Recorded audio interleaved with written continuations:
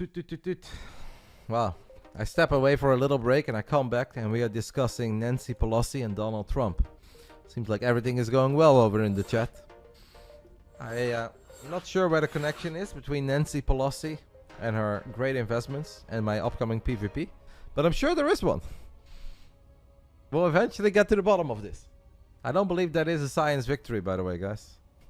I am looking for science victories tonight, and that is not one of them, chat.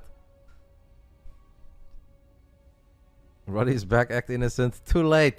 Busted. Caught you guys. Red-handed. Hand in the cookie jar.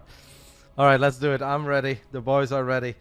So, Mute is a player from Peru who had an absolutely amazing run in the replacement of the NA Weekly. As you guys know, Statfest, Kalaris, and me are teaming up to give you guys Monday Night Starcraft from 6 p.m. to give or take 11 p.m. There is also an NA equivalent that gets brought to you guys by Bruno, Dave Testa, and Proto.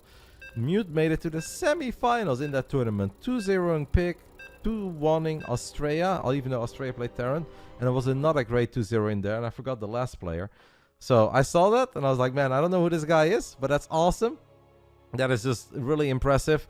Let's invite him to the Big Brain Bouts. He also helped me contact some of the other Latin American guys. So far, it's been a great night for his two amigos from Bolivia and Peru.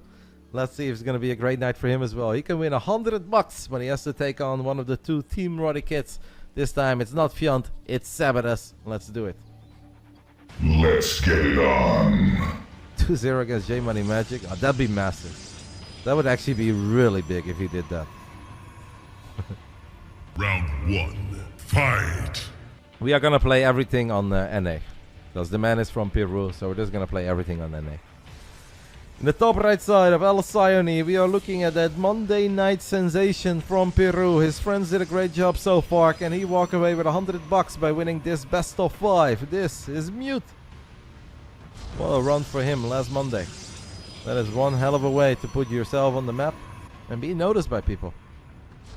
In the bottom left side, we are looking at the main base of one of the two members of Team Roddy. He is a young player, 19 years old, from the Czech Republic. It's sebesdes.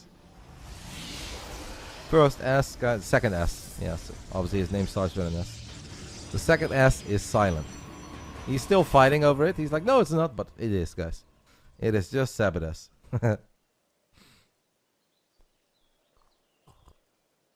PvP obviously is wild, and especially when it's two players from two different regions that probably don't run into each other a whole lot playing against one another. I think it's going to be a fun series. I think we're going to see some pretty wild move-outs, wild attacks. Maybe something very cheeky, Lord knows. I'm excited for it. My first time that I actually get to watch Mute. I didn't watch that American tournament live because that got played on Monday night, like 4 a.m. my time. I was in Bulgaria right after the final day of the BGE tournament. So I have no idea how those games looked, but I saw the results, and sometimes that's all you need to know.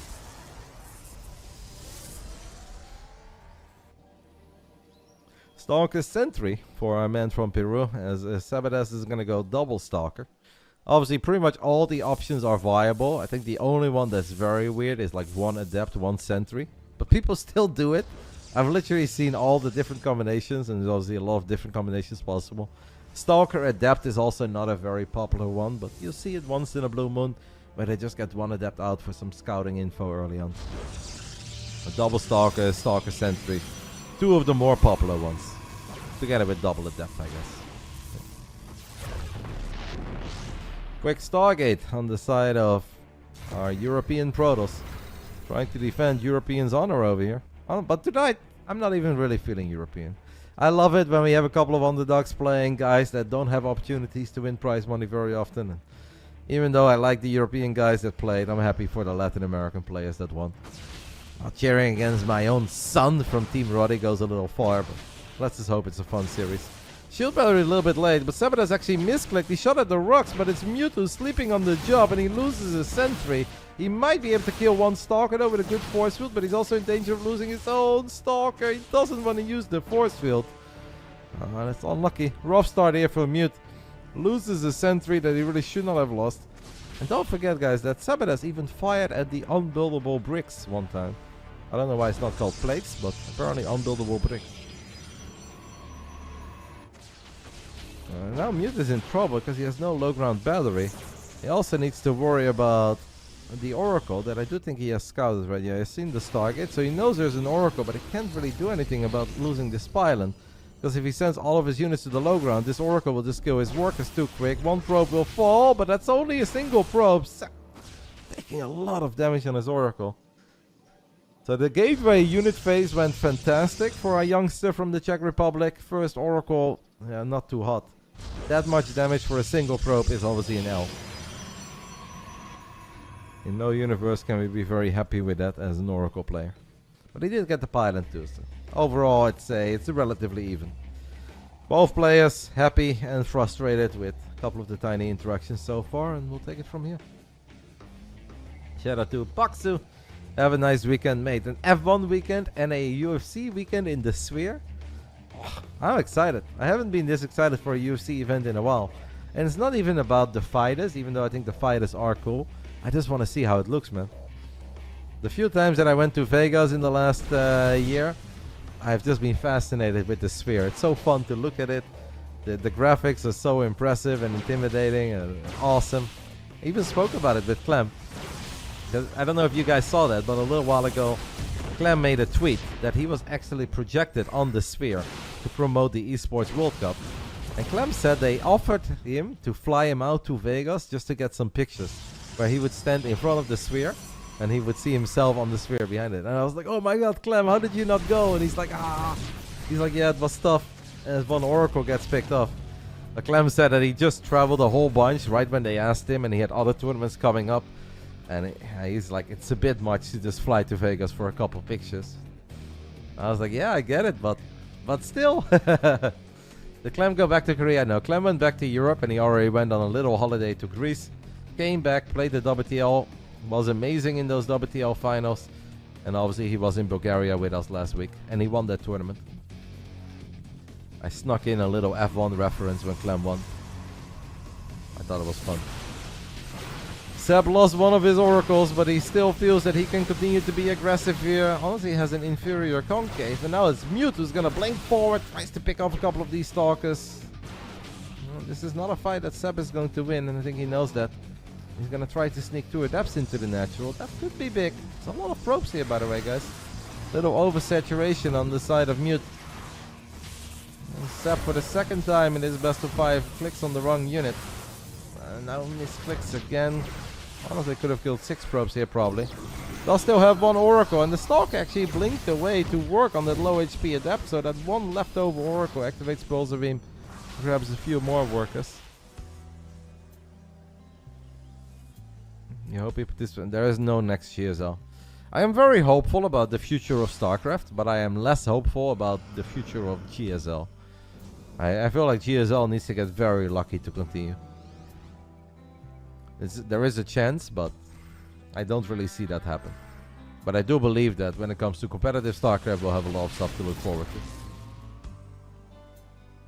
to. I don't know. Clem might be down for that, because unlike Saro, who is just not that fond of living in a massive city like Seoul, and he doesn't want to stay 6 weeks in a city with more people than in his entire country, I think Clem probably enjoys the life in Korea a little bit more. So there is a chance that if GSL does return, and the prize pool is big, as these pros, by the way, are on follow, he needs to fix that.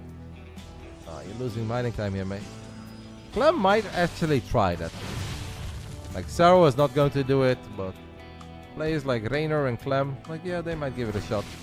Seb blinks forward. That's a pretty wild forward blink, because that obviously means that right now you can no longer blink back individual stalkers. I don't know if he just thought that Mute was not there, but that was not a good blink by sebesdes, and he's going to pay the price for it. They'll still enjoy a 5 worker lead. Is ahead in upgrades. A lot of little things have gone pretty well for the man from Team Roddy.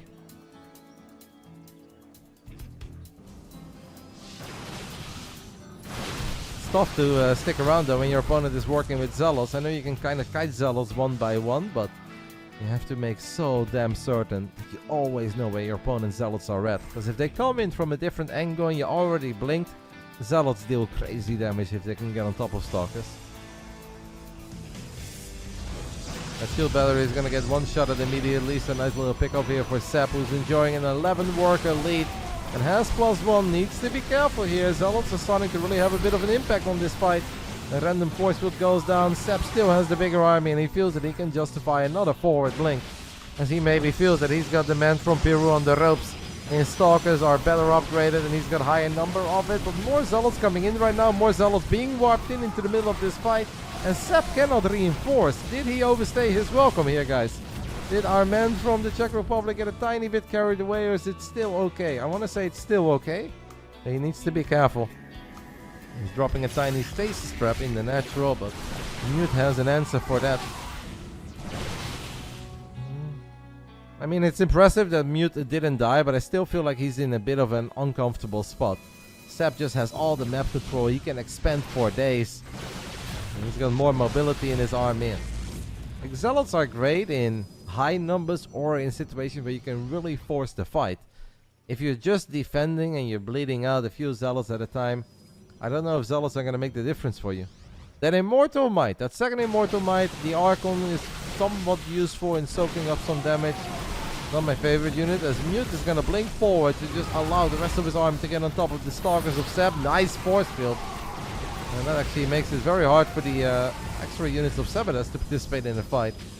Seb has warped in his own Zealots, guys, but he doesn't have charge yet. But what sebesdes does have is a 13 worker lead. He's got his hands on +2 right now. He unpowers the batteries. An Immortal coming in from the top left. 2 Immortals over here. 1 random High Templar is not an Archon.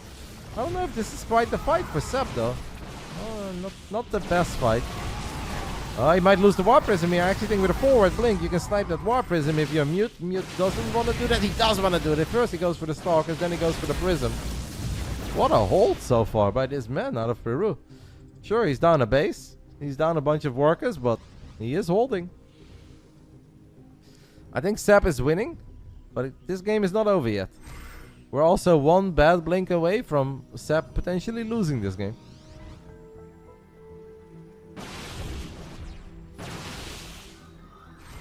Mute even took that fight with a single High Templar. He has now warped in a second High Templar, so he can finally morph that bad boy into an Archon. Not often does it happen that you start a fight with a High Templar and it actually lives.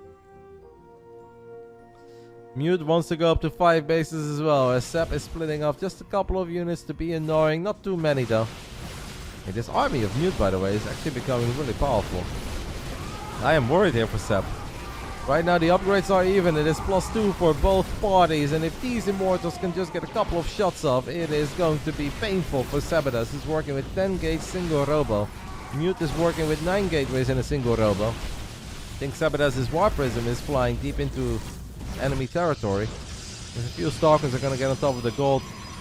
This PvP is already a little bit crazy here, 12 minutes in. First game of this best of 5. Seb is working with double force, but he's not using a single one of them. One more random Immortal comes in. Maybe that Immortal should have gone back to the shield battery. Oh, unfortunate here for Mute. If he clicks his Immortal right back to this area, drops overcharge, I think he takes an amazing fight. Now it might still be an okay-ish fight, but he needs to make sure that these 3 bad boys in the backline can actually participate in the fight. He has lost one of the Archons. And now this second Archon really has his work cut out for itself. Unfortunately, does not have too much of an impact. Seb continues to find decent trades and is now doing a good job in at least resetting that Archon count. Can't ignore the 3 Immortals though, guys. That is still a serious amount of Immortals. Mute has actually traded almost 2,000 resources better in a 13-minute game. Our Peruvian Protoss has traded 2k more efficient. That is impressive. However, Seb has also mined at least 2,000 resources more, if not 4,500 or 5,000 at this point. So I don't know if that's really going to make up for it. sebesdes now also using both forges and dropping a Dark Strand at the same time. As one more Immortal comes in from the top. It was exposed, barrier got activated. sebesdes is going full Cristiano on us.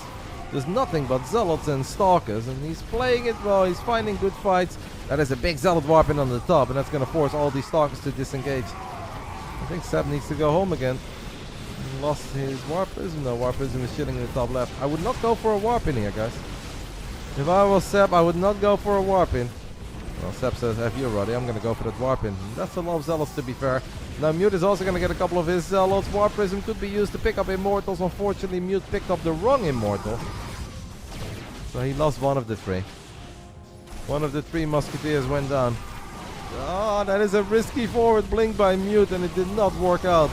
When Mute blinks forward, he's trying to snipe the War Prism, but he lost so many Stalkers in the process. One Immortal was misrallied.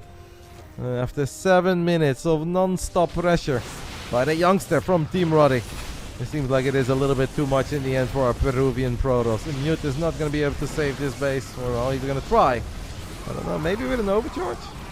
The Immortals that just got surrounded immediately by the Zealots, and it's so painful. He does save it, I mean, at the cost of a lot of his expensive units, but he does save it. Maybe that recall was the correct play in the end. It's a spicy first game. I think in the end, economy just wins the game, right? Mute has microed well.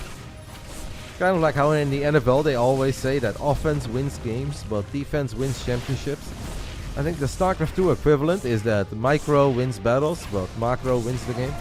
Something among those lines. Mute has microed well and he's done very good in a lot of the fights, but it's a bit of an unfair fight. Sep is just so much richer. Sep can spam units for days, now has a 4 gateway lead as well.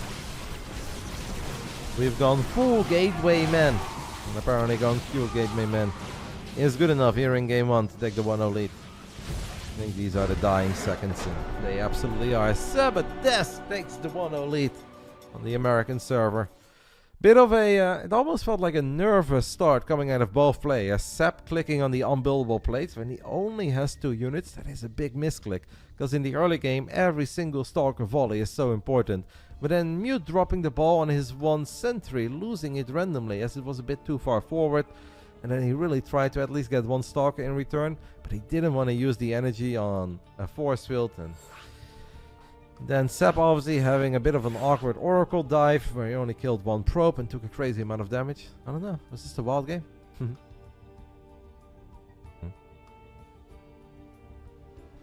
Yeah, the terrifying thing almost about Clem is that his macro is as good as his micro. Clem just never really seems to hit that painful supply block. Clem is never floating money when he shouldn't be floating money. Clem is actually ridiculously good macro. And while he's dropping and splitting against disruptors non-stop, he is still building additional bases, sending SCVs over. Very rarely will you see him oversaturated when he shouldn't be. Clem is ridiculously good. If we would not get a new map pool, and we would not get a new patch, I actually think that Clem would be the overwhelming favorite for every tournament he enters at the moment. However, that is not the game we are playing. That is not the era that we are living in. Even though some of you guys think it is, but new maps, new patches, and things can look different. Now, Clem will still be one of the favorites, but perhaps he will not be the overwhelming favorite for everything he enters. Round 2. Fight! Top left side of Oceanborn taking the 1-0 lead after a 15-minute very action-packed game where he basically got the job done with Zealots and Stalkers. That's honestly kind of all he did. This is Sebesdes. Took map control, took a lot of bases, took full advantage of the fact that he was the aggressor. Did a good job in denying a 5th base from this man. And eventually, it was just a little too much. Too much firepower. This man defended really well, made a lot of correct calls defensively. Just that 1 forward blink at the bottom side of the rocks near the center of the map, right left side of the Zelnaga Watchtower. Went for a forward blink with a bunch of bruised up Stalkers. Couldn't get the Prism. I think at that point he lost any chance he had. If he had a chance, at that point I think it was over. Still played a good game. The sensation of the Monday night tournament brought to you guys by Bruno, Dave, Testa and Proto. Our Peruvian Protoss in Mute.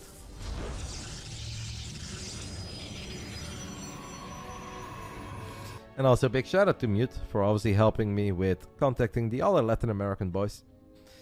I have a lot of Starcraft 2 players on my friend list, but not quite the entire scene, so sometimes I need a little bit of help. And Mute was there to get those boys to contact me, set it all up, and create this fun night of video gaming brought to you guys by BASILISK.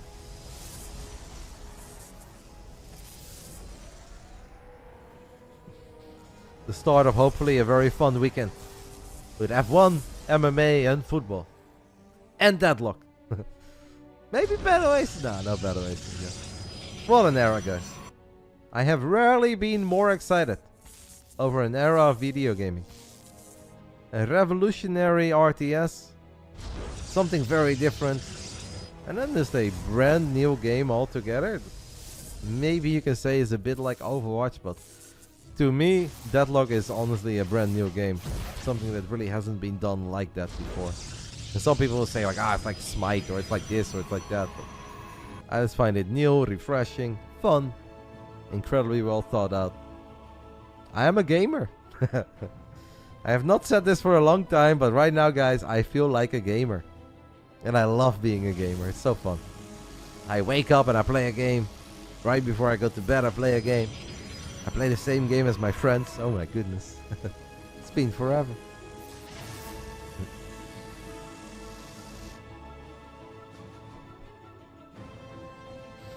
Twilight versus Twilight. But we also, guys, have a pylon. Does that mean this is going to be a Dark Shrine? Is Mute going to go for the build of a Spanish goat? Where he goes for the hallucinated units and he temporarily starts charge to fake that he's going Blink Stalkers? You have to start charge here, mate. He has no money. He has no money. You have to start charge. Charge. He goes Blink immediately. I wonder if Seb picks up on this. Because right now, guys, at the highest level, all the tiny details matter. And these guys, not the highest level, but they're really damn good. Sebesdes may think like, wait a minute. I have 4 units? You have 3 units? I have Blink well on the way? And you didn't even start yours yet. Is this enough of a tell? I think in some scenarios it absolutely is. Huh? No, that's never been BBB, SC2 Evo. I'm not that excited over the SC2 Evo stuff. Because I'm not a Brood War guy. I've looked at it and I enjoyed watching a couple of the games, but I'm pretty clueless when it comes to a lot of the Brood War units. And I also think that the balance is all over the shop when it comes to that mod. So that's not something I'm going to do. But I know that a lot of other people are doing stuff with the mod. And if you guys have fun with it and enjoy it, I'll be happy. By the way, the tells in my eyes keep on piling up. Because once more, the Sebesdes is going way earlier, up to 3 bases than his opponent. His opponent is still here, not necessarily a lot of units. Like, to me, this screams DTs. And I think to Sebesdes, at this point, it is screaming DTs as well. The Robo and the Forge are in the back of the main, but they are not quite here yet. We can maybe drop a Force Field and keep DTs out. It's so important for Sebi to keep the Dark Templar out of the main. There's still a lot of probes over here. Okay. He's not going to lose that much, but it's going to take a while before he has detection. What are the DTs going to go for? They're going to go for Stalkers first. Force Field drops. I mean, it's a lot of indirect damage and a little bit of direct damage. At least Sebesdes avoided the total disaster of a DT walking into the main. As Mute is now also going to bring the Stalkers and the Sentries to the other side of the map. Nexus will take a lot of damage, but it will not fall. The Observer is almost out. Probes are already coming back. Sebesdes just wants to kill these DTs immediately. And with the Observer, he should be able to. That is -2 DTs. Yeah. Maybe Mute stuck around a little bit too long right there. Now this army is actually in trouble. Sebesdes could blink forward for the Sentries, and that's exactly what he does. Mute. I think if the DTs would have made up their mind, and either you go all out on the 3rd immediately, or you leave 1 DT here. I don't know. It's tough, but I'm surprised that Seb wasn't ready. More ready than what he was. But in the end, I still think this is good for Sebesdes. It's a lot of lost mining time, but he killed 2 Dark Templars, Dark Shrine. It's all very expensive. Got the Sentries here as well for free. There's Warcraft 3 versus SC2 now. Orcs fighting Zealots. Sounds pretty fun. In the past, I did dream of like just the ultimate Blizzard RTS, where they just put all the races together and find a way to somehow balance it, and I thought it would be very cool. I proposed it to Blizzard many years ago when I actually had Blizzard contacts. They said that's never gonna work. I was like, well, hire me as lead balance designer and anything is possible. They said, well, give it some thought. Never heard back from them. They never made an RTS afterwards, so... Didn't work out, guys. Did not work out.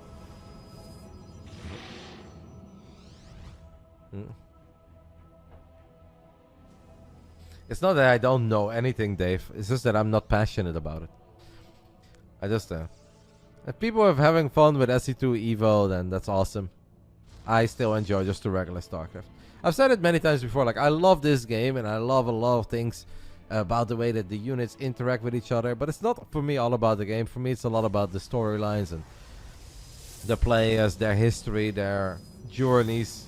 I find that at least as fun as the game itself. And to just randomly see a bunch of SC2 Evo games, it wouldn't do too much for me.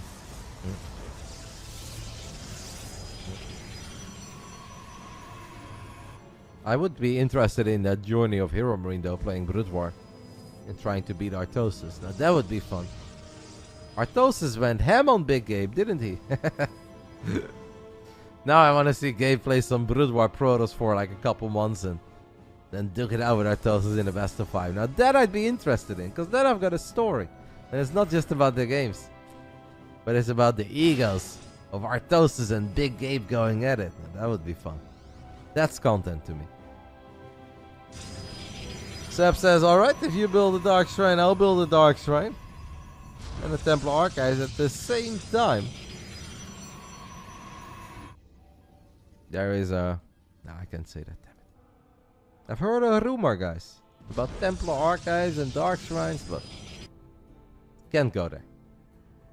Maybe soon, TM. I don't know yet, Ian Blue. Because it's on a Friday, right? If it was on a Saturday, I feel like I'd be maybe willing to come, but I find driving to Germany on a Friday a bit annoying. And obviously the tournament is a lot smaller. I know Lambo's not coming. I haven't totally made up my mind yet. There's a small chance I'll come to Cologne. There's also a bigger chance that I'll just do it from home. I don't know yet. It kind of depends how the upcoming week goes. What is the date again exactly on the tournament? Because Gabe did reach out to me. I'll definitely be casting the second edition of the Big Gabe Cup. I just don't know if I'll do it from home or if I do it from Germany. 27, I mean that's pretty far away, so... Honestly, I still might. Like, I think if I find like a nice window to drive where there isn't too much traffic, I can give it a shot. It'd be fun to see everybody in Cologne.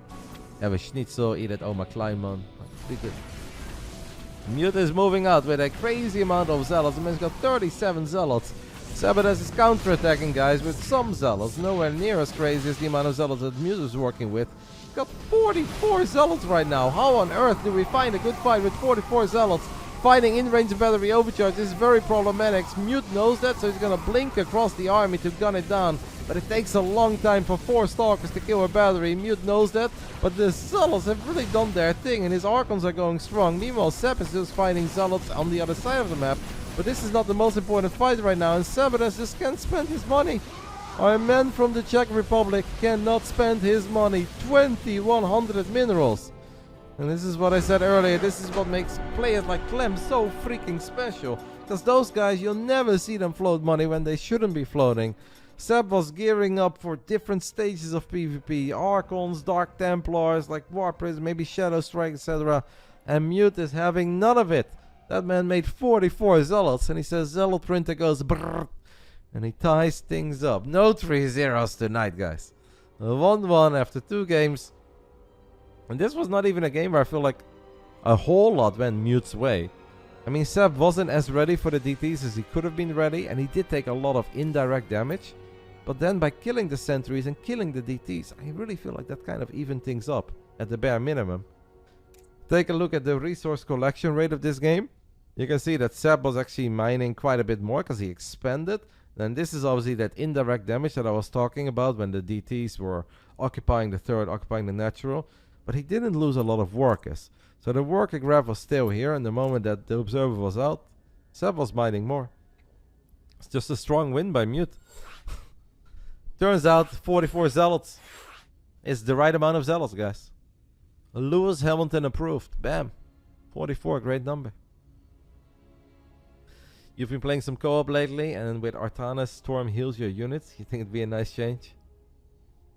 If you guys read the patch notes of a future StarCraft 2 patch, there will be one that stand out, and you guys will be like, that's you, isn't it, Roddy? And I'll be like, yeah, that was me. I'm not even a part of the Balance Council, but I have used my powers. It will be very obvious.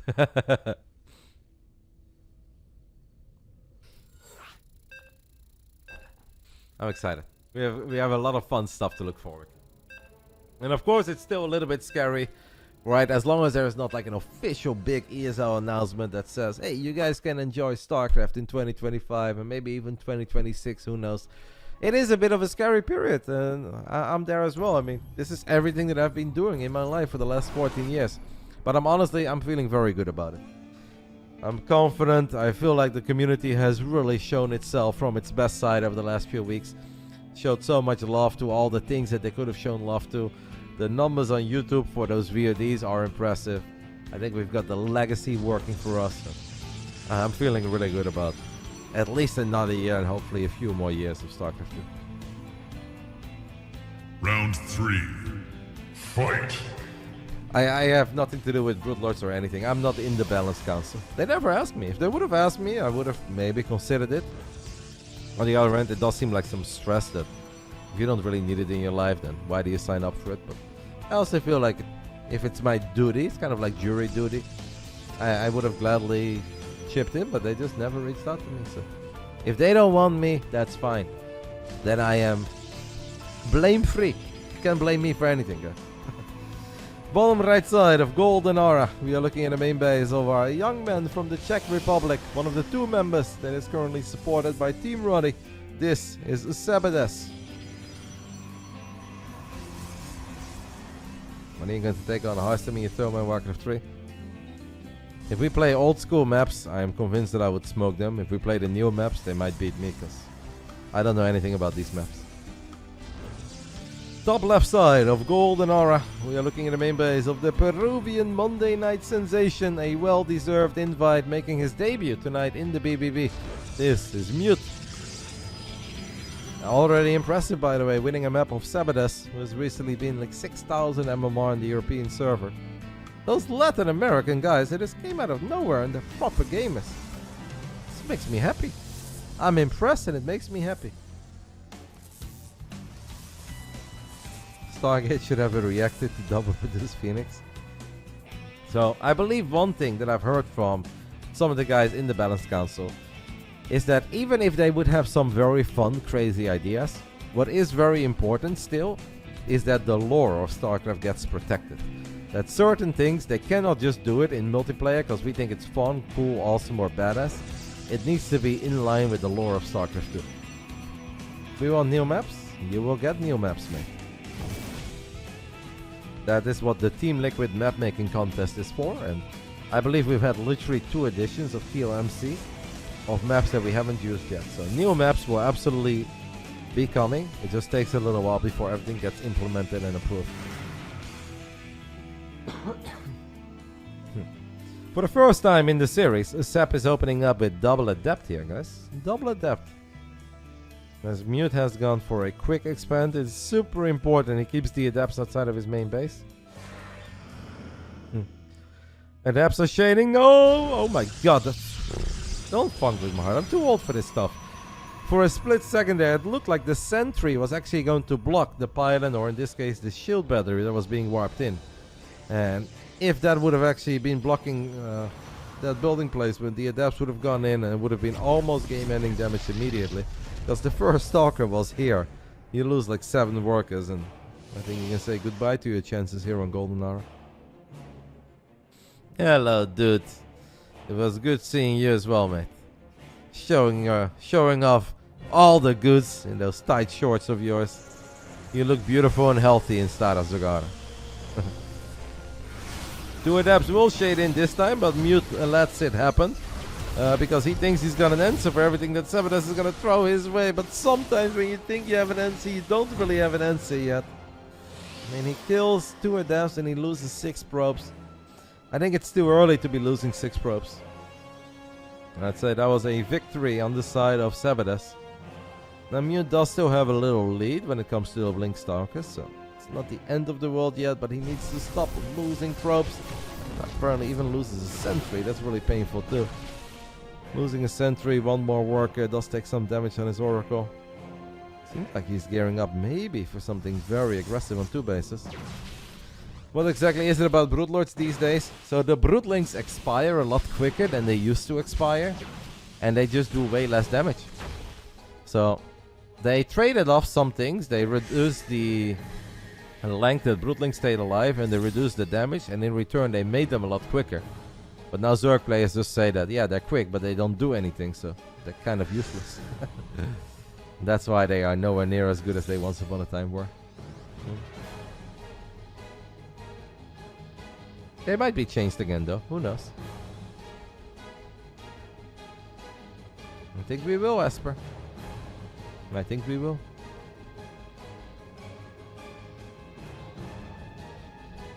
This is a very, very big scout right here, guys, by sebesdes. As he feels like, wait a minute, I've got a stasis trappy on your triangle. I've got a stasis trappy over here. I'm expanding, you're not expanding. Why are you not expanding? We're done. It can't ever be that easy, and it is never that easy. Because Mute was gearing up for 2 base aggression, but now sebesdes is going to unpower this gate right when Mute Stalkers show up. Perfect moment for sebesdes to go for that scout.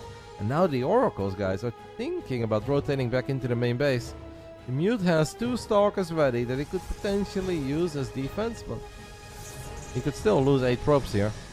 And if you're down a base and you lose 8 more workers, it is pretty much curtains. He's very quick with the blink. Seb just threw down a revelation, he's happy with that. Still an incredibly good position for the man from Europe to be in 6 minutes into a game. He's up an entire base and it's blink against blink. This is one of these scenarios where pro gamers will tell you that it's just over and there's not a whole lot you can do if you're Mute. Now Mute is still going to try because we're playing for 100 good old American buckies. And he says maybe I can snipe those oracles and I can get some Dark Templar magic to go my way. Maybe I can just use the DTs to make sure that this game goes on for a little while longer. And I can at least become a 3-base Protoss, get a bigger army, and give myself a puncher's chance.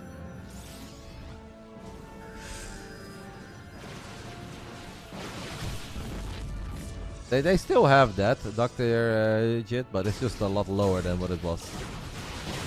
How old are these gamers? I'm actually not sure how old Mute is. Maybe somebody in the chat can help me with that.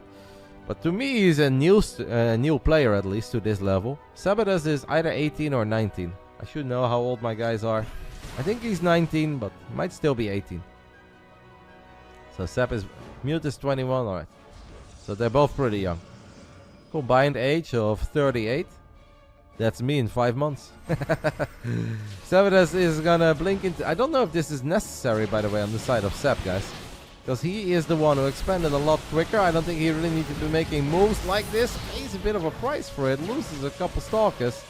Very close to losing another one. He does still have a bigger army. And what he does do with this move is pull our Peruvian Protoss out of position. That allows him to get on top of the third. But Mute is just going to recall his units. So PvP is a very brutal matchup, because we're 8 minutes into the game and only 15 units have died in this game. And you might think like, how can it be that bad? But yeah, having a base up for this long and completely shutting down the 2-base attack of your opponent before it even got started, it just has such a big impact on where you will be 2-3 minutes later. And that's why it just feels that sebesdes is so freaking far ahead. But maybe, guys, maybe Mute and his DTs can make some magic happen. How are the players chosen? The players are chosen by me inviting them. Basilisk gives me the opportunity to give away $500 every single Friday to video gamers that I think deserve it. And obviously, ideally, are at a pretty high level, because the games need to be good. But the first match we can be pretty silly with. So, if you're a sweet man on the ladder who GGs, doesn't say stupid things, and participates in online tournaments as a member of this community, you too can get invited. It is that simple. If you want to be an edgelord on the ladder, that's fine too, but then there will be no invite.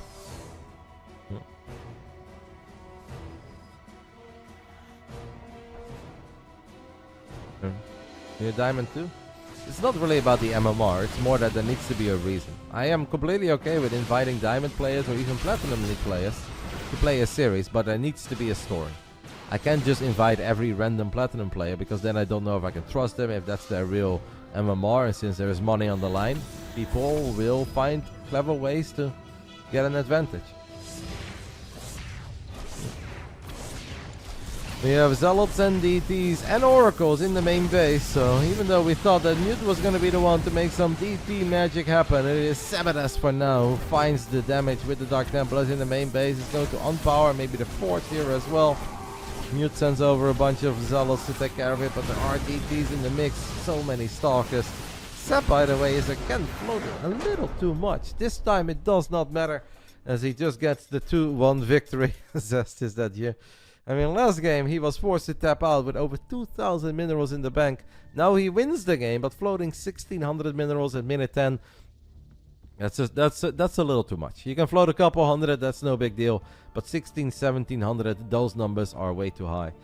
This game was honestly almost a walk in the park for the men from Europe, because it all comes down to the opening. First, it's the Adepts and the Oracle that kill 6 probes. That's a little too much for a 4-minute game. But there is a world where you can recover from that. But Mute decided to go for a 2-base attack. He wanted to be aggressive. Proxy Pylon, Proxy Gateway. So you delay your own economy with the idea of, I'm going to kill my opponent. Then unfortunately that party got ruined. The cup showed up before the first cup of liquor was giving out at the house party. And at that point, there's not a lot you can do. Your opponent has 3 bases and Blink. You've got 2 bases and Blink. They've got more workers and more stalkers. What do you do? This is not a whole lot you can do at that point. Thank you, Husky Woofer. So the first 2 games I thought were pretty damn fun. Third game, just a little bit unfortunate. But that's how PvP goes sometimes. A 2-1 lead for our European guys. Will the Europeans finally fight back against the Latin American domination that we've been witnessing so far tonight? We are 1 map away from at least getting one. Round 4. Fight! Even if this best of 5 does not go this man his way, he will still get $25 for playing this series, and I would say that those are well deserved after his amazing performance last Monday night in the Proto, Bruno and Dave Testa tournament. Our Peruvian Protoss, Mute. Top left side of side Delta, we are looking at the main base of our Czech Republican Protoss, 1 map away from walking away with $100 here on the Friday night. It is Team Roddy's sebesdes. There's a little fishy there. We've got 1 more best of 5 after this one, guys, and that is a best of 5 between RotterdaM and Hero Marine. I'm excited for it. Gabe asked me to cast his tournament. I said, Gabe, I can cast your tournament either online or in Deutschland. It doesn't matter. But in return, I want you to play Friday night. And Gabe said, oh yeah, sure, that's fine. I don't mind. So then I had a couple days to figure out who I would have loved to see play Gabe. And I kind of thought of the captain. Because the captain is always grinding, he's always putting in the work. And I feel like RotterdaM has looked really good in a lot of the games that we've seen lately.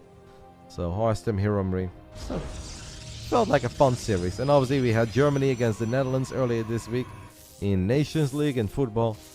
And I wanted more Netherlands versus Germany.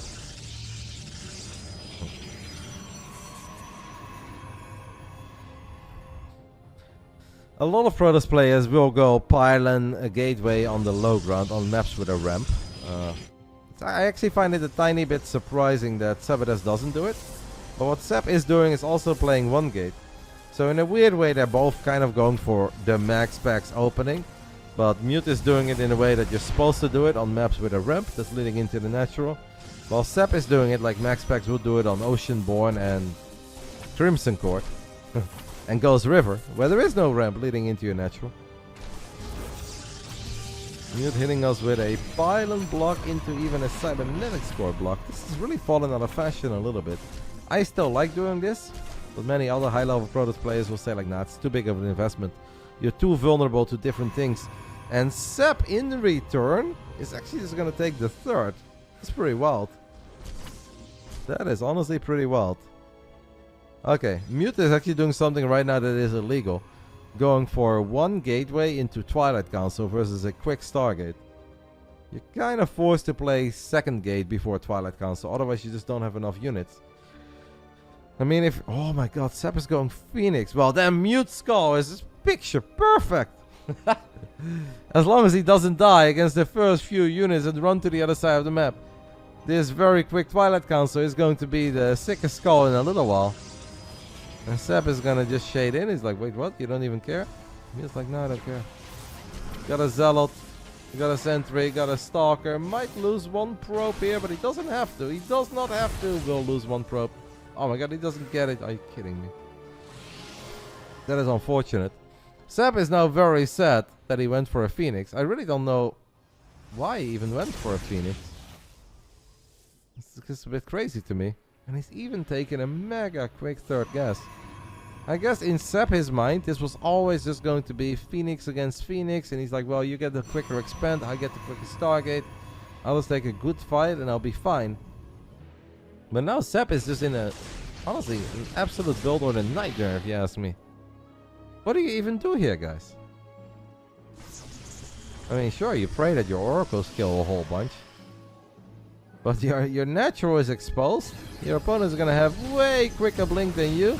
Now, first oracle activates Pulse Beam, gets 2 workers. That's something. But surviving against the first Blink Stalker attack is going to be absolute hell. If you can make it as yellow Protoss here up to the point where your Twilight Council finishes up, you get Blink too, then it's not too bad. But if Mute runs to the other side of the map with 4 gates and Blink, I don't think Seb can ever hold. Mute, however, is not going to do that. He's only a 2-gate player and he's going to go up to 3 bases. So Seb may get away with the misread. You could actually still use this Phoenix, by the way. What you could do is use your Phoenix, lift one of the Stalkers, let the Phoenix lead the charge so it soaks up some shots, and then the Oracles go in to activate Pulsar Beam. I feel like that would be an okay play.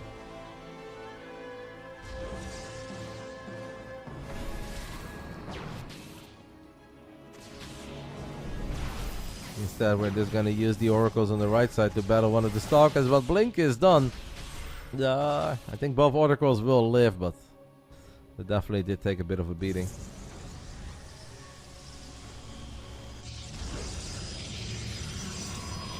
Fortune Robo being wiped in on the side of Mute. I do feel that Mute missed an opportunity here.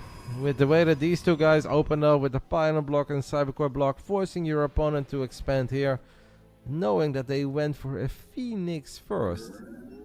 At least I think he knew that. I feel like he saw that. Maybe he didn't. I'm gonna assume that he didn't know. That he perhaps had a tiny misread as well. Still think I like the game for him, because I think it's gonna be very hard for Seb to get a lot of value out of the Phoenix and the 2 Oracles, but perhaps it is a relatively even after all, 6 minutes into the game. 50 workers apiece. He did see it. I just feel that if your opponent opens up Phoenix and the base is so exposed, and they even took this very early gas that they absolutely don't need. You only ever take this gas if you think it's Phoenix against Phoenix and you need all the gas in the world. It should have been a world where Mute could have just made a bunch of Stalkers and run to the other side of the map. And sebesdes would never ever ever have Blink 2. Now maybe with sentries and Stalkers and batteries you can defend without Blink, but that'd be very difficult. Maybe it's not. If his opponent had a hallucinated Phoenix as well, then it wouldn't do any damage, right? Now when it's all said and done, it's actually sebesdes who's here with a slightly higher Stalker count. Is also warping in a couple of DTs. We have 1 observer on the side of our Peruvian Protoss. Not going to be a very easy hold. Like, it's absolutely illegal that sebesdes is the one who's been mining so much more in this game. 2 DTs, guys, are gonna walk underneath the observer. Does he see it? Mute, are you paying attention, mate? He did not pay it. Well, he saw it, but I think a little bit too late. Warps in the Stalker. Move your ups. He has moved the elves, but now sebesdes is also pouncing on the 3rd base. He blinks deep into the middle line, kills 6 workers immediately. And one of the DTs actually snuck in. It is a bit of a disaster for the man from Peru. This should have been so good for him with the quick blink, the Twilight Council, the regular expand against a man who even had a misread. Now Seb is going to donate his oracles. That's very nice of him. But the damage has already been dealt, guys. The response against the DTs just a split second too late. And obviously Mute was still forced to leave a couple of Stalkers behind in the main base to worry about these oracles. A few units in the natural, a few units in the main. Then you just don't have enough anymore, the 3rd. So he just grabbed everything and tried to defend the natural. It didn't really go his way. Down 16 workers. 1 immortal, 7 zealots, 10 stalkers. I am afraid that the man who inspired this Latin American Starcraft night for me is going to be the only man from Latin America to not win his series. In my Discord, I saw a couple of very spicy predictions where people were like, Mute 3-0, Mute 3-0. I'm like, I mean, his run was amazing, guys, but sebesdes is really freaking good. I think even the best Protoss players in Europe will have a hard time 3-0ing sebesdes. There's absolutely no shame for Mute that this series does not go his way. I think Seb right now is one of the very best players in Europe when it comes to guys that casual Starcraft fans are still not that familiar with. Maybe they've seen his name once or twice, maybe they saw him play in a tournament, but there will be plenty of guys that are very convinced of their Starcraft knowledge on Reddit that probably have no idea who sebesdes is.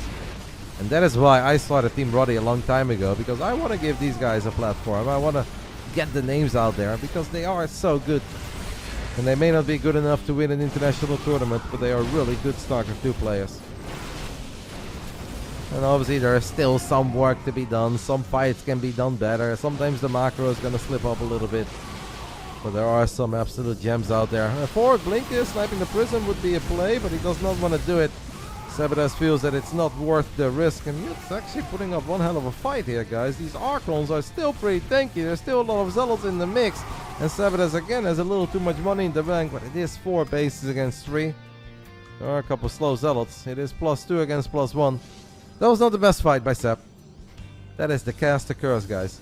Right when you compliment a young man about how good they are, how talented they are, how you want the world to realize that they are good at the video game, they start throwing a little bit with 4 bases against 3. I still think sebesdes is fine. He's got cannons, he's got batteries, he's got 11 gateways and 4 bases. He's gonna have to clean up the micro a little bit, and he's gonna have to stay on top of his money. He does not have enough of gas, and he cannot really warp in any Zealots, guys, because sebesdes does not have Zealot charge. Thank the Lord for these cannons. Without the cannons, our men would literally be dead here, and even with the cannons, it is going to be a bit of a close call. 4 or 5 slow Zealots leading the charge right now, as we have mined some guys to warp in a few more Stalkers. Can Mute, against all odds, somehow send us to game 5. He was down a base, he was down 17 workers, but our Peruvian Protoss says not today. No, if I am the one reason why this night happened, I am not gonna let this kid beat me 3-1 as he picks up his Immortal and the probes are being pulled. This is unbelievable. We have seen some ridiculous comebacks tonight, guys. Tinko, Rio, Jin on Golden Aura. But this one, I would say, is even crazier. Mute was down a base, down 17 workers, but he built a couple Archons and Immortals and he just sends it. And sebesdes bled out so many units. Just, if we go back a little bit, guys. If we go back to this phase right here. It's like, sure, there are some Archons in the mix and stuff, but 4 bases against 3, 68 workers against 54, +2 finishing up as well. Oh, Seb. Oh, Seb. And Archons are not even great against Stalkers, guys. The only thing that Archons are good at are soaking up Stalker shots. So Zealots and Immortals can do their thing.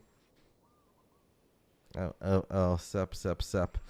It is not a 3-1 victory. Instead, we are going to game 5. Latin America is still on the lookout for a clean sweep tonight. I mean, I do love a game 5, but oh, this was a bit of a throw, guys. A bit of a throw by a young man. And that is perhaps what separates the good players from the very best.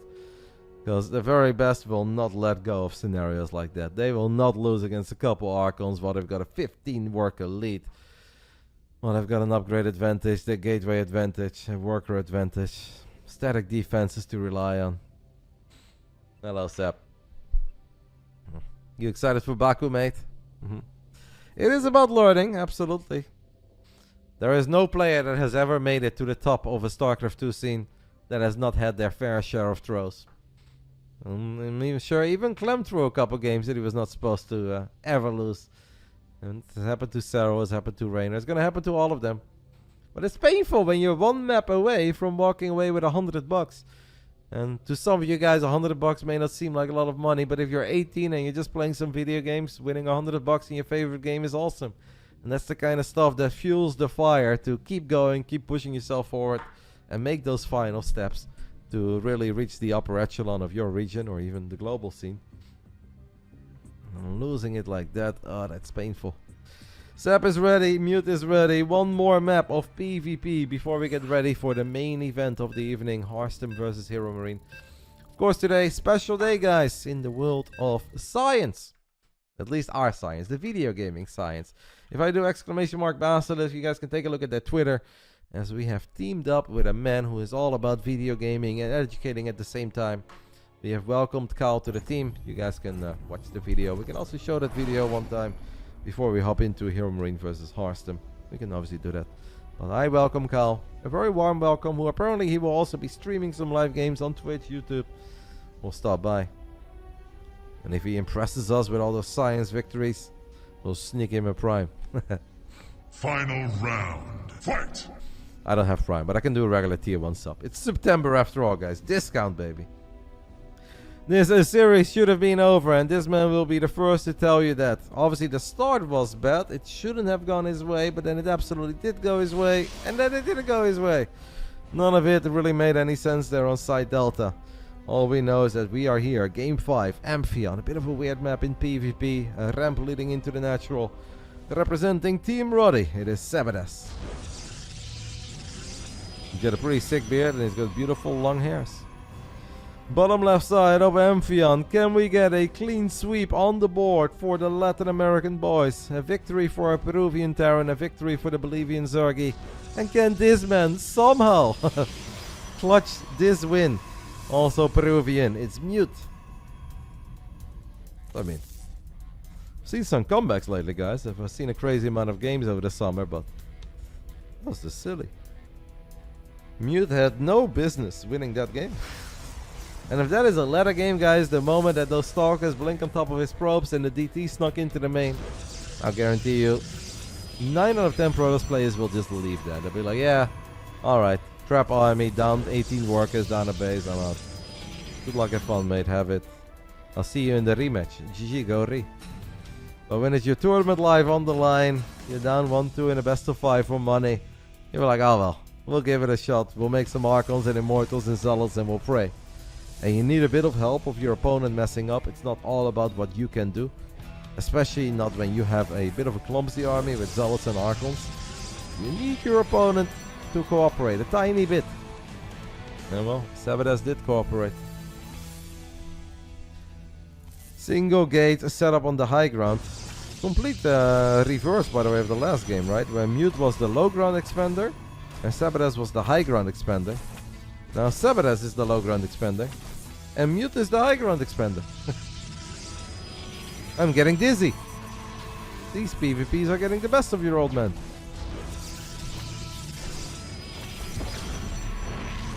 Mute once more seems to be very fond of the pylon into the cybernetics core block, and Seb will just go again for that quick Stargate.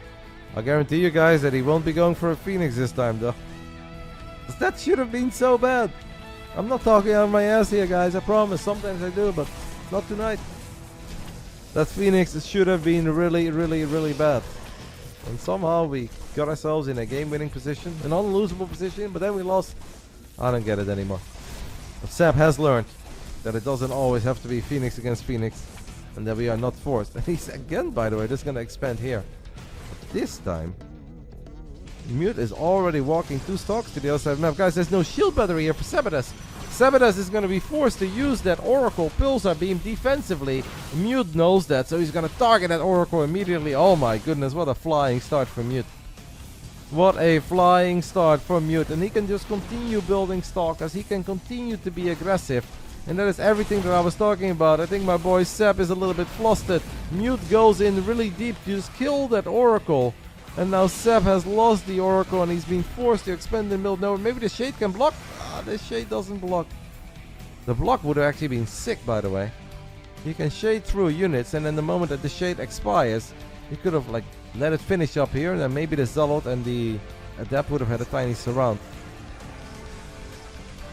Mute is actually going for a very quick robo here. Maybe a tiny bit worried about DTs or something. Oracle into DT can be a thing. Especially if your opponent opens up with like Zealot and an Adept, something that doesn't take a lot of gas. Because Mute probably just thinks like, man, this shit is too good to be true. You're expanding in the middle of nowhere, you've got a Zealot and an Adept, I've killed an Oracle already. Our Peruvian Protoss is flying. Oracle Pulsar Beam, by the way, could be good enough here to kill a Stalker. Sebesdes knows that, activates Pulsar Beam, gets the first.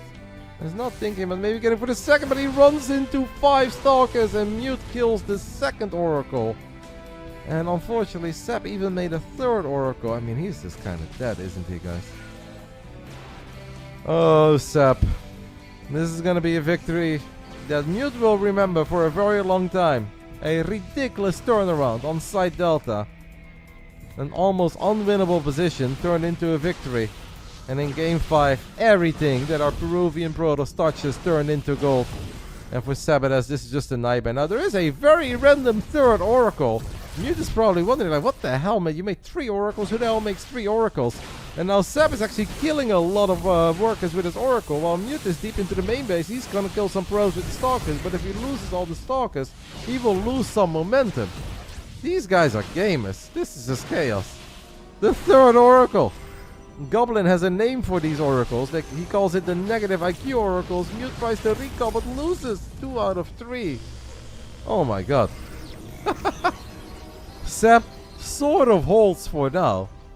And if Seb can just make it up to the point where he too has Blink, he's allowed to dream again. Can't really be a reverse sweep because nobody had a 2-0 lead, but... Oh, the random third Oracle, guys. The random third Oracle. You know, what's really sad here for Mute, guys, is that the fact that he killed the second Oracle here, because he killed the first one here, right? He killed the second one here. That gave him the confidence to just run to the other side of the map. Because he's like, nobody makes 3 Oracles. And I don't have to worry about second Oracle, because I already killed the second Oracle, so I can just go for it. And because he went for it, another Oracle randomly showed up that he never ever anticipated for. But if he didn't kill this one, he wouldn't have made that move out, and he wouldn't have ran Stalkers to the other side of the map. And he wouldn't have lost 9 workers against the third Oracle. That's now still alive. These guys are a really good match for each other. Mute takes out all his anger on that third Oracle, and he does kill it. Cancels the shield battery immediately. But at this point, Seb also has Blink. 15 Stalkers with Blink against 12 Stalkers without Blink. One guy's going up to 3 bases, has 3 bases even already. The other one is on 2. Thank you so much, Razor TL, for the 5 gifted subs. I want to say that this is it, guys. But I think if one thing I have learned so far is that making predictions when these two play against each other is perhaps the silly thing to do. Now Mute is going to lead the charge with 4 Zealots without charge. What are they there for then, Roddy? I don't know. Soak up some damage. This is it. For Peru, for Latin America. The man blinks forward, unpowers the pylon. So the shield battery, or he kills the pylon, so he unpowers the battery. And the slow Zealots are doing their job to tank. We have activated the Guardian shield, but Seb does have a lot of Stalkers here. Mute needs more Stalkers. They are coming in from the high ground. He blinks in deep. It's 12 against 12. It's 2 bases against 3. This must be the fight for Mute. It's starting to look like it's not the fight for Mute. Oh my god. What a series. Seb with the Omega throw in game 4 into a miraculous game 5 victory. It is insane. You can't script this stuff. Seb should have won game 4 99 out of 100 times, and Mute should have won this game 99 out of 100 times, but it's the random third Oracle that does him dirty. And then he decided to just freaking send it. And now it is 3 bases for Seb against 2 bases for Mute. I mean, if Side Delta has anything to go by, that means nothing, Rotty, but it does normally. It does normally mean something. Oh, it's the ultimate heartbreak. I watch a lot of PvP and I cast a crazy amount of PvP, and I can guarantee you that game 4 and game 5 are not normal. Game 1, 2, 3 is like, you know, fair enough. Just some good Protoss play, DTs, whatever. Game 3 was a bit sad, right, with the proxy that got found immediately, and it ended the way that it should normally end, but... Game 4 and Game 5 were ridiculous. But I think now it is officially Omega over. Thank you so much, Sternberger, for the 22 months. Thank you, Razor TL, once more for the 5 gifted subbies. We've got one more best of 5 coming up. We are 40 minutes behind schedule. Who could have ever thought that? Inviting a couple of the Latin American gamers, and somehow we are 40 minutes behind schedule. Alright guys, hear me out. Seb has one observer. A Mute kills the one observer of Seb. 3 DTs get warped in, they kill everything. When behind, go Dark Shrine, and Mute was very, very, very far behind. And the Dark Shrine has not been scouted. A War Prism. Oh no, oh my, wait, what? Where's the Prism? War Prism is here. Oh, okay. I think the War Prism is maybe a tiny bit of a tell. Now Sep is moving out though. Yeah, now the Prism is still at home. Seb is here. There's a 4 base Protoss. 26 Stalkers against 9. Unfortunately, no DT miracle. No Zealot miracle this time. No poor macro on the side of Seb. The Seb just kills his own Stalker there. That is such a zoomer thing to do. I notice that it's always the young up-and-coming Protoss players that kill their own Stalkers. The War Prism gets found. No DT Warpins on the other side of the map, guys. This PvP best of 5 had a lot of twists and turns, and a lot of very miraculous outcomes, crazy comebacks, ridiculous things that are hard to explain. But I think we're all out of magic. Mute lost it, he had it, and unfortunately he lost it again. It took a miracle to send us to game 5. He found that miracle, had a dream start in game 5, but was unfortunately not quite able to capitalize on it. Does have an Immortal out right now. He's like, alright, Immortals, Zealots, Archons, down a base. This is where I do my best work. Honestly, it is side delta all over again. These 3 DTs got spotted by that observer. Sep is now going to try to bring it over. He still has 1 DT surrounded. He's going to try to surround all 3 of them. The one that got surrounded actually got recalled. The other one stopped. And this one has turned around. Nice moves. But still, that is 3 DTs that got warped in that didn't really do a whole lot.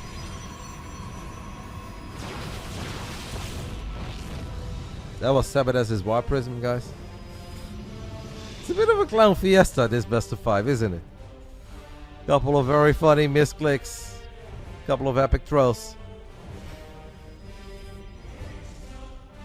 So I was like, alright, I should probably end it.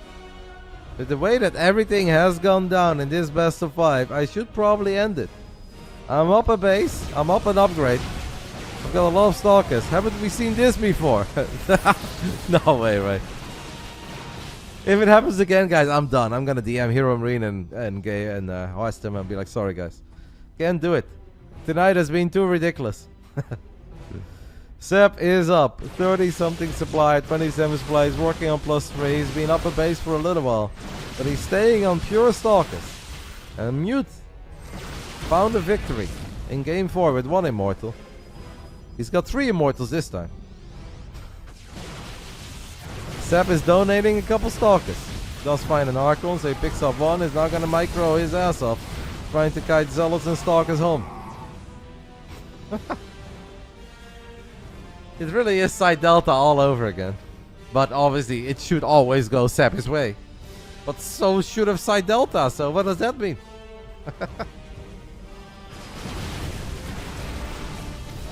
If Mute finds a way to victory here, this is actually going to be the most stupid best of 5 that I've ever cast. And it's been fun and it's been entertaining, but it would be so ridiculous. And Sep is bleeding out a lot of units here, guys, for not a whole lot in return. And he doesn't know about that base in the bottom right side either. Yeah, those Immortals pack a punch. Sep has invested in a crazy amount of static D. Probably is thinking like, alright, this game is unlosable, so let me just get a bunch of cannons and batteries. But yeah, right when you do that, your opponent actually just kind of chills, builds up a more powerful army. sebesdes does snipe 1 Archon, but this game is honestly starting to look pretty damn competitive again. As Mute is now a 4 base Protoss, and sure, he won't have +3 as quickly. But what do you rather have, guys? +3 or 3 Immortals and a bunch of Archons to soak up some Stalker shots? This game was over a couple of times already. Tonight, nothing is ever over. I need more Latin American Starcraft in my life. Sep could not find a way to kill Mute. And now Mute is like, you know what? Side Delta was doable. Why wouldn't this be doable? As the man blinks forward, kills a couple of Stalkers immediately, lost only a single Archon here. And Stalkers are pretty expensive units. Mute has lost 1600 resources more in this game, while Seb has been outmining him for the last 7 minutes. Yet, I'm looking at an army. I'm like, well, I think you're allowed to dream, sir. In the beginning, you were more than allowed to dream. You pretty much had this game locked up. But, as Goblin would call them, the negative IQ Oracle really turned this game around, got a bit unlucky with that recall. And at that point, he was no longer allowed to dream. Now we are once more entering snoozing territory. Maybe a force field there. Would have been epic. Seb is gonna send a warp prism into the main base of Mute. Seb has 2 more gateways. He's gonna warp in 5 zealots immediately. Mute sees it. 1 pylon here, by the way, guys. That is such an important pylon. Seems like that pylon will not quite fall. This kind of stuff is really hard to deal with because you need to keep all your units here. You need to keep your 3rd base alive. You need to keep your 4th base alive. But at the same time, you cannot let this stuff in the main base spiral out of control. So far, I think Mute is handling it all right. Goes for the big forward blink. Cannot quite get the prison before all the zealots are warped in. And that means this is now going to be very difficult as Sep is attacking into the 3rd base with all the blinky boys. And there are still so many zealots in the main base as well. The warp ins are excellent. They're very clutch. They deny surface area. It just feels that Sep has too much. Sep is so freaking rich. And his units really pack a punch. +3 zealots are nothing to scoff at. All the stalkers with +3, they hit like a truck. Sep now even getting his hands on +1 armor. Hits us with the recall. Still has no idea, by the way, about this base in the bottom right. Finds 1 immortal. Now goes for a 2nd immortal and he gets the 3rd. No, he does not get the 3rd, but he gets 2 out of 3. Mute is the one who's now floating a little bit of money. Maybe some of his stock got unpowered. As he does warp in enough units to push the stalkers and zealots back for now. A clown fiesta between the men from the Czech Republic and our men from Peru. Mute refuses to die. And even if this series may not go his way, but it's not 100% over yet. It's starting to look like it doesn't go his way. We can't say that our Peruvian Protoss did not put up one hell of a fight, that he not give it his absolute best. And what a fun, new, cool guy to follow. I feel like it is almost a year ago that we started following Lemon as a Taiwanese Protoss who came out of nowhere and just suddenly started dominating. A man who started off as a Zerg, played a bit of Terran, then picked Protoss and became 3 times as good. Now I've got a new guy that I can get excited over. Because it's been a little while when it comes to like real Latin American players. Is this Immortal stuck, by the way? Can go through, or this is just the Immortal cannon? I look forward to seeing more of Mute. Whether this best of 5 went this way or not. He put up a really good show. Played some amazing games. The man just does an amazing job in not dying. Like he's being outmined as there is lag. Someone is lagging. Who is it? Is it me? Is it Indy? Is it Sep? It's Sep! Oh my goodness, lag. Pause. Indy, pause. Maybe I can pause? Game paused. He disconnected. The man disconnected and he came back. That is the last thing that this PvP needed. Sep says he disconnected at 17:39. It is game 5, so there is a chance we have to rehost this. You want us to rehost? We can do it. I mean, there was clearly a lot of lag. This game really has it all. I think even without rehosting, he's still winning. But I also understand that he does not want to throw. He says, I don't know. I can't really see what happened. Then let's rehost for safety. Indy, you're in charge. 17:39. Okay, by you. Okay, well, obviously double check with Mute as well if he's in agreement. This series can't come to an end, guys. This series just cannot come to an end. See if Indy can you host the rematch? No, not a forfeit. We are rehosting. We are reconnecting the game. One of the beautiful things from Starcraft is you can resume from replay. I'll ask Mute as well. Obviously, he's okay with it. Mute, are you okay with 17:39 resume?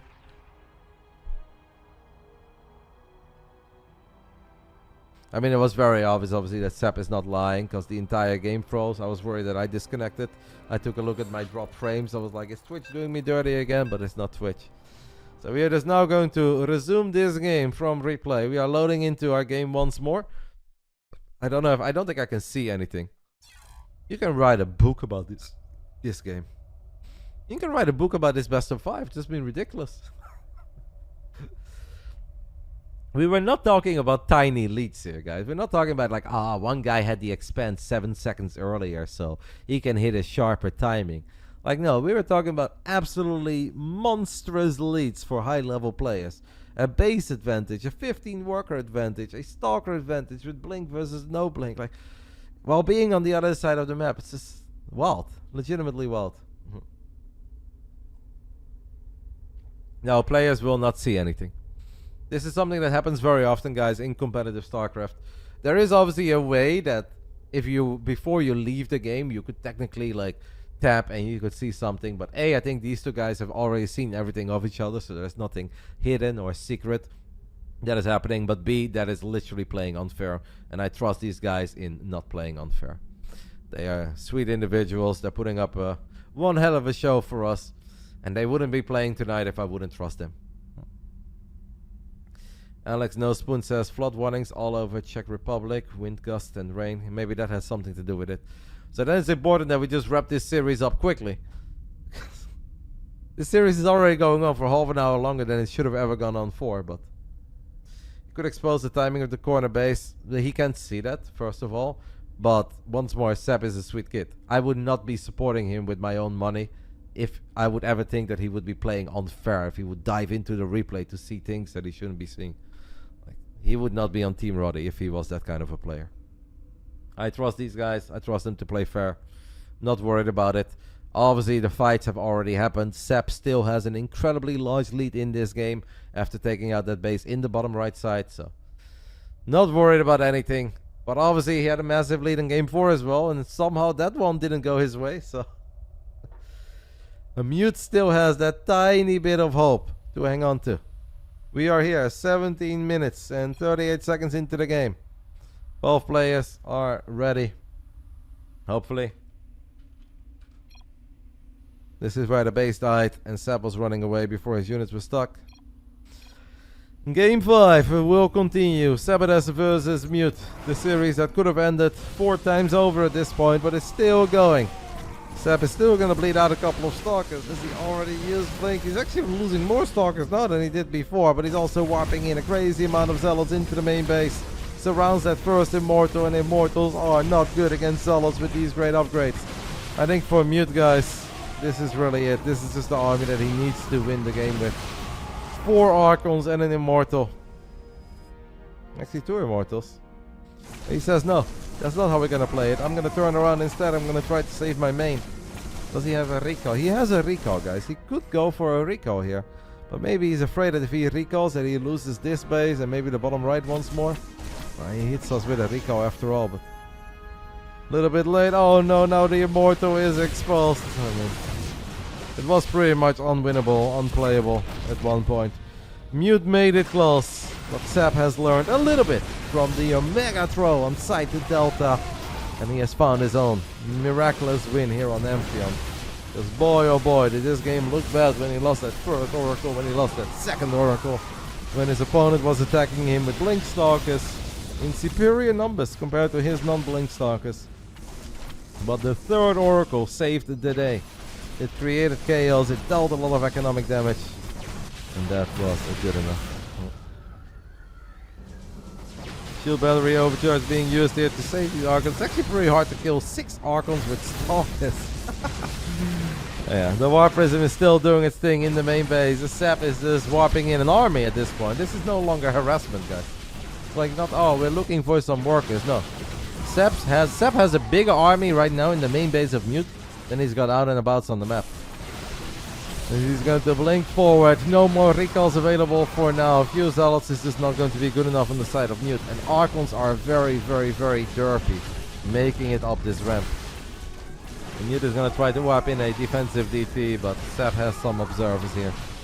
Sep's got everything. Sep's got the world. The only thing he needs to do is kill 5 Archons. It's gonna take a while. But he can do it. The Zealots and Stalkers are happy with the damage they did in the main base. They go for the natural, and that will, in the end, finally do it. A 3-2 victory for our European Protoss in a best of 5 that truly had it all. It should have been a 3-1 for Sep, but at one point it also should have been a 3-2 victory for Mute. This best of 5 had it all. In the end, though, great series. A lot of drama, a lot of comebacks. Some very fun back and forth. I'm going to go ahead and keep it short because we are pretty far behind schedule. It is time for Gabe versus HarStem. I'll take a very tiny break, guys. We'll settle that prediction. The next one is the final one. It's Hero Marine HarStem. Seb wins the 100 buckies. Mute walks away with 25. Seb said, what did I just play? Yeah, what did I just cast, mate? You're making me look like an absolute baboon over here. Everything I said was wrong with these Omega throws of yours. But very fun series, mate. Very, very, very fun series. Congrats. Seb wins. Final series of the night. Hero Marine versus HarStem. PvPs, they just deliver so often, guys. I love PvP. This is, however, a TVP. BBB main event. And that's all I can do. Hero Marine. German T. HarStem, Dutch P. I'll give you guys 15 minutes to get your channel points on the line.